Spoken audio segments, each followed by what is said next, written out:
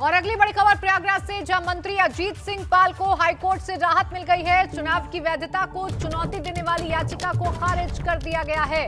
अजीत सिंह का चुनाव रद्द करने की याचिका लगाई गई थी। सपा प्रत्याशी सीमा सचान ने हाईकोर्ट में याचिका लगाई थी।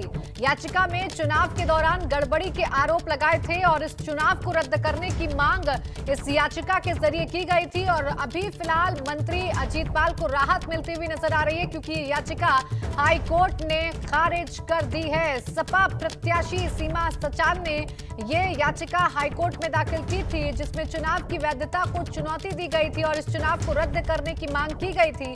लेकिन अब राहत मिलती हुई नजर आ रही है अजीत पाल को, क्योंकि ये याचिका हाईकोर्ट के द्वारा खारिज कर दी गई है। आपको ये भी जानकारी दे दें कि याचिका में चुनाव के दौरान गड़बड़ी के आरोप लगाए गए थे।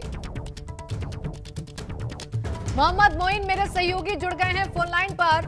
मोइन, क्या कुछ जानकारी है? क्या आधार बनाया गया था इस याचिका का और हाईकोर्ट ने क्या कुछ कहा है? जी बिल्कुल, योगी सरकार के जो राज्य मंत्री हैं अजीत पाल सिंह, इनके निर्वाचन को चुनौती दी गई थी, चुनाव याचिका दाखिल की गई थी। और ये चुनाव याचिका उनके खिलाफ जो समाजवादी पार्टी से महिला उम्मीदवार थी उन्होंने दाखिल किया था।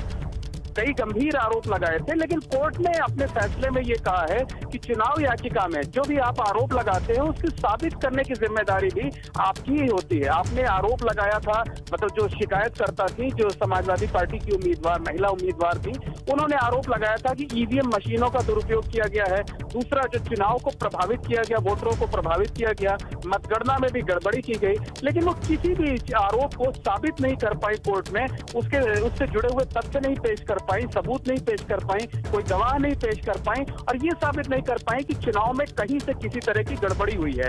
इसी आधार पर कोर्ट ने उस अर्जी को खारिज कर दिया है। बिल्कुल, और इसी के साथ राहत मिली है मंत्री अजीत सिंह पाल को। शुक्रिया आपका तमाम जानकारी के लिए।